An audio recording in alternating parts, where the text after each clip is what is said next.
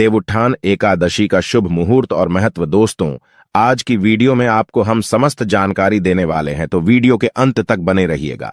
आइए जानते हैं कि देवउत्थान एकादशी की तिथि और शुभ मुहूर्त। देवउत्थान एकादशी की तिथि का आरंभ 22 नवंबर को रात में 11:03 पर होगा और समापन 23 नवंबर को रात में 9:01 पर होगा। इस प्रकार देवउत्थान एकादशी का व्रत 23 नवंबर को गुरुवार को रखा जाएगा। देवउत्थान एकादशी का हिंदू धर्म में खास महत्व है। इस दिन देवता जागृत होते हैं और इस दिन से चातुर्मास का समापन होकर शुभ मुहूर्त काल का आरंभ माना जाता है। इस साल देवउत्थान एकादशी 23 नवंबर को मनाई जाएगी और उसके अगले दिन तुलसी विवाह होगा। देवउत्थान एकादशी को एक अबूझ मुहूर्त माना जाता है और इस दिन से शादी, ब्याह और सभी शुभ कार्य आरंभ हो जाते हैं।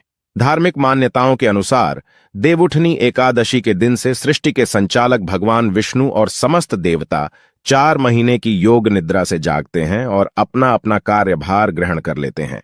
देवताओं के जागने के बाद ही सभी शुभ कार्य किए जाते हैं। आइए जानते हैं देवउत्थान एकादशी का महत्व। देवउत्थान एकादशी के दिन से भगवान विष्णु 4 महीने की योग निद्रा से बाहर आ जाते हैं और उसके बाद वे सृष्टि का कार्य देखने का अपना काम आरंभ कर देते हैं। उसके बाद देवउत्थान एकादशी के दिन से भगवान विष्णु पाताल लोक छोड़कर वापस वैकुंठ धाम आ जाते हैं।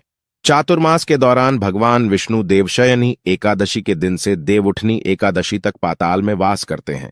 देवउठनी एकादशी के दिन से आरंभ होकर विवाह, मुंडन, सगाई, गृह प्रवेश जैसे शुभ कार्य प्रारंभ हो जाते हैं। दोस्तों, देवउत्थान एकादशी पर तुलसी पूजा का महत्व। देवउत्थान एकादशी पर तुलसी माता की पूजा करने का विशेष महत्व होता है। इस दिन तुलसी के चारों ओर आटे और हल्दी से स्तंभ बनाकर उनकी पूजा की जाती है और उनकी परिक्रमा की जाती है। इस दिन तुलसी के साथ आंवले का गमला भी लगाना बेहद शुभ माना जाता है। इस दिन शंख, चक्र और गाय के पैर बनाकर उनकी पूजा की जाती है। धार्मिक मान्यता के अनुसार सभी एकादशियों में सर्वश्रेष्ठ मानी जाने वाली इस एकादशी का व्रत करने वालों को बैकुंठ की प्राप्ति होती है। हालांकि इस दिन कुछ बातों का ध्यान रखना बहुत जरूरी है, तो आइए जानते हैं देवउठनी एकादशी के क्या नियम हैं और इस दिन क्या करना चाहिए और क्या नहीं। देवउठनी एकादशी व्रत में क्या करें। नंबर 1, देवउठनी एकादशी के दिन सूर्योदय से पहले उठकर स्नान करें और व्रत का संकल्प करें। नंबर 2, मान्यता के अनुसार देवउठनी एकादशी के दिन भगवान विष्णु की मूर्ति के सामने दीपक अवश्य जलाना चाहिए। नंबर 3, देवउठनी एकादशी के दिन भगवान विष्णु के नाम का कीर्तन भी करना चाहिए। नंबर 4, देवउठनी एकादशी के दिन निर्जला व्रत रखा जाता है। नंबर 5, साथ ही देवउठनी एकादशी के दिन किसी गरीब व्यक्ति या गाय को भोजन अवश्य खिलाना चाहिए। देवउठनी एकादशी को क्या न करें। नंबर 1, हिंदू धर्म ग्रंथों के अनुसार एकादशी के दिन चावल का सेवन नहीं करना चाहिए। नंबर 2, देवउठनी एकादशी के दिन किसी दूसरे का दिया हुआ भोजन नहीं करना चाहिए। नंबर 3, साथ ही एकादशी के दिन किसी के प्रति मन में बुरी भावना नहीं रखनी चाहिए। नंबर 4, देवउठनी एकादशी के दिन खाने में गोभी, पालक, शलजम जैसी सब्जी भूलकर भी न बनाए। नंबर 5, देवउठनी एकादशी का व्रत रखने वाले व्यक्ति को बिस्तर पर नहीं सोना चाहिए। नंबर 6, देवउठानी वाले दिन घर के सदस्यों को बाल और नाखून नहीं कटवाने चाहिए। नंबर 7, देवउठनी एकादशी के दिन किसी से लड़ाई झगड़ा न करें और इसके अलावा किसी को अपशब्द भी न कहें। अपनी वाणी पर नियंत्रण रखें। दोस्तों, कुछ उपाय ऐसे होते हैं जिन्हें करने से हमारे जीवन की बहुत सारी परेशानी दूर हो जाती है और हम एक सफल जिंदगी जी सकते हैं। इसलिए हमें कुछ उपाय विशेष दिनों पर अवश्य ही करने चाहिए। नंबर 1, तुलसी का उपाय। धार्मिक मान्यता के अनुसार देवउठनी एकादशी के दिन तुलसी की पूजा अत्यंत शुभ फलदायी साबित होती है। इस दिन जल में कच्चा दूध मिलाकर तुलसी माता को अर्पित करने से उनकी विशेष कृपा प्राप्त होती है। इसके साथ ही इस दिन तुलसी माता को रोली, सिंदूर, अक्षत, कुमकुम, चुनरी, 16 श्रृंगार की वस्तुएं और भोग अर्पित करना अच्छा रहता है। इसके अलावा कपूर और घी का दीपक जलाकर तुलसी माता की आरती करनी चाहिए। अगर कुंडली में आपके किसी ग्रह का दोष हो तो तुलसी की पूजा करके थोड़ी सी जड़ निकाल लें। इसके बाद इसे लाल रंग के कपड़े या फिर ताबीज में डालकर बांध लें। इसी के साथ शाम के समय सूर्यास्त के बाद तुलसी के पास घी का दीपक जलाएं और तुलसी नामाष्टक का पाठ करें। तुलसी नामाष्टक स्तोत्र में तुलसी जी के 8 नाम हैं। मान्यता अनुसार एकादशी के दिन तुलसी नामाष्टक का पाठ करने से घर में सुख, समृद्धि और शांति आती है।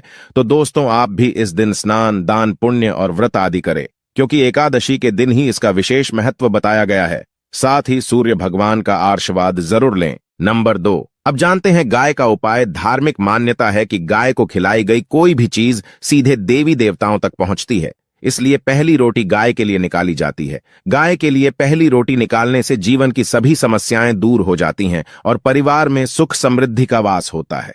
माना जाता है कि एकादशी पर गाय को तिल खिलाने से दुख और दरिद्रता दूर होती है और कष्टों से मुक्ति मिलती है। इस दिन आपको गाय को तिल गुड़ खिलाना चाहिए और फिर उसे पानी देना चाहिए, जिससे आपके सारे दुख दर्द दूर हो जाएंगे और आपको भगवान विष्णु की कृपा प्राप्त होगी। बता दें कि इस दिन काले तिल का दान करने से पितृदोष, राहु केतु और शनि के प्रभाव से मुक्ति मिलती है। पुराणों के अनुसार जो व्यक्ति इस दिन साधु संतों को तिल का दान करता है, उन्हें स्वर्ग मिलता है। इस दिन तिल से भरे तांबे के कलश को वैदिक ब्राह्मणों को दान करने का विशेष महत्व है। इस दिन महिलाओं को सौभाग्य की वस्तुओं के साथ तिल का दान करना चाहिए, जिससे उनके सुहाग की रक्षा होगी। इस दिन तिल से बनी सामग्री का दान करने से बड़े से बड़ा दुख टल जाता है और मोक्ष की प्राप्ति होती है। नंबर 3, दिया और दीपक का उपाय। सबसे पहली बात तो आपको ध्यान में रखनी चाहिए कि अपने घर के मंदिर में रोजाना ही आपको दीपक जलाना चाहिए।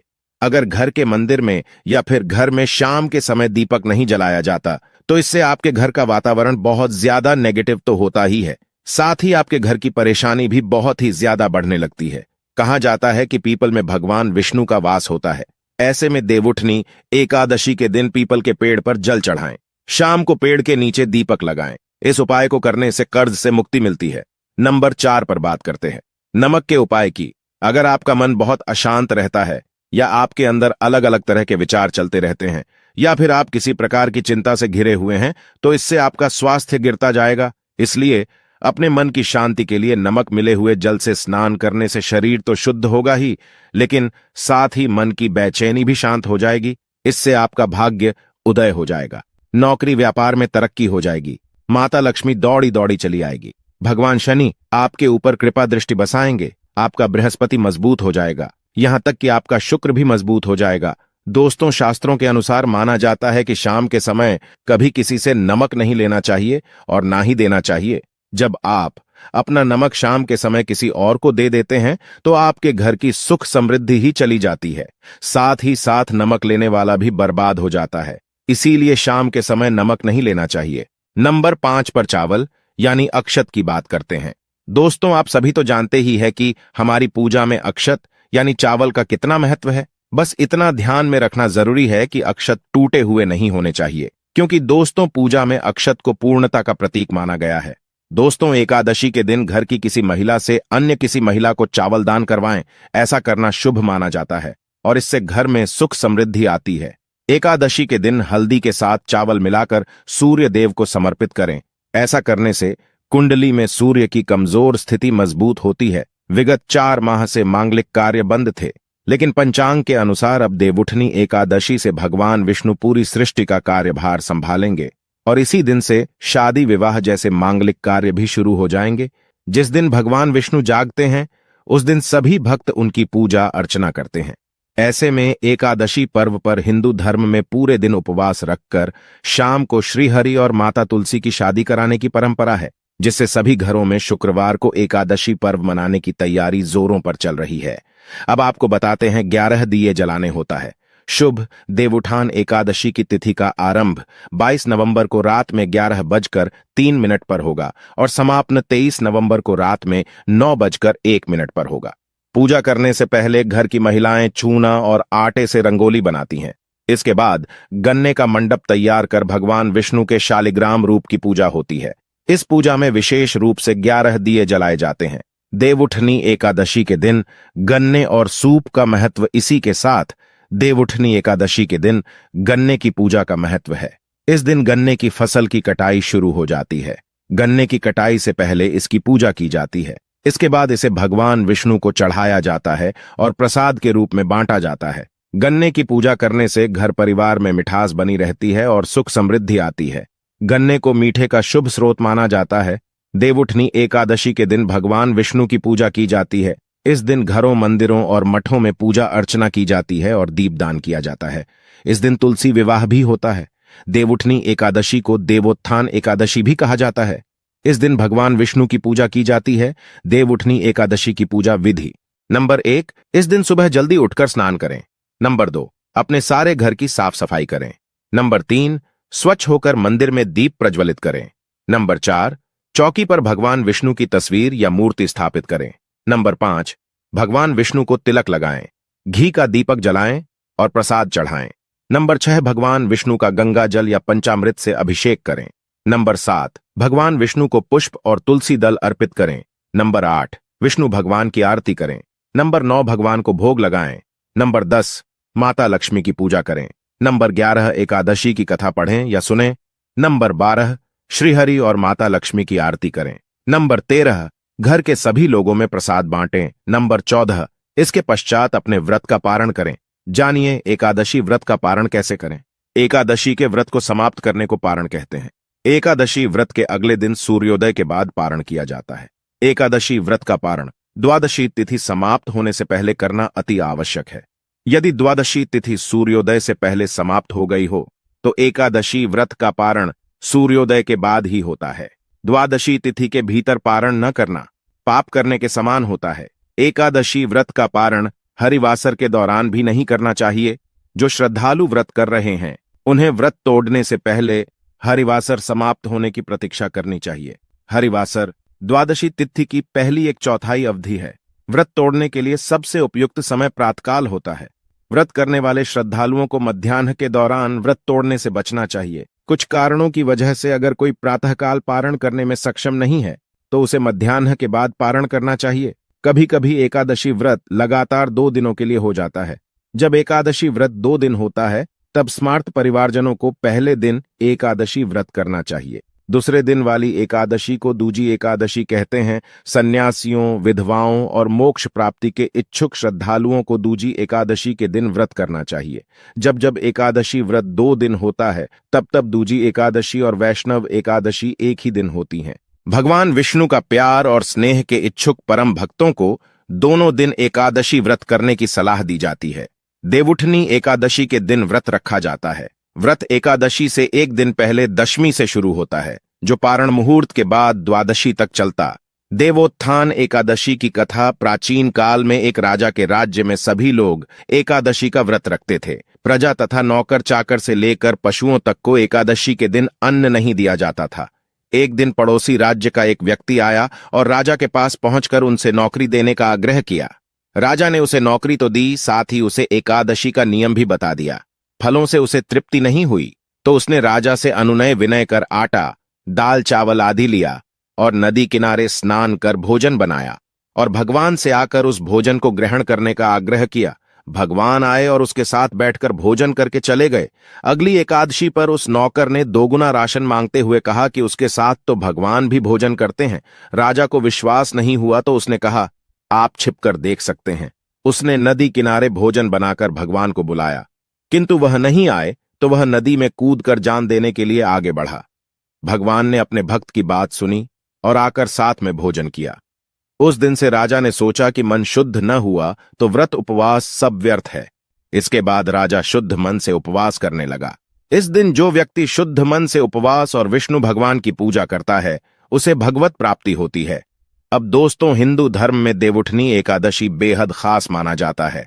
इस दिन विशेष रूप से भगवान विष्णु और माता लक्ष्मी की पूजा की जाती है। इसके अलावा तुलसी जी और शालिग्राम जी का विवाह भी कराया जाता है। धार्मिक मान्यताओं के अनुसार इस दिन भगवान विष्णु 4 माह की योग निद्रा के बाद जागते हैं, जिससे सभी मांगलिक कार्य आरंभ हो जाते हैं। नंबर 1, भगवान विष्णु को लगाएं।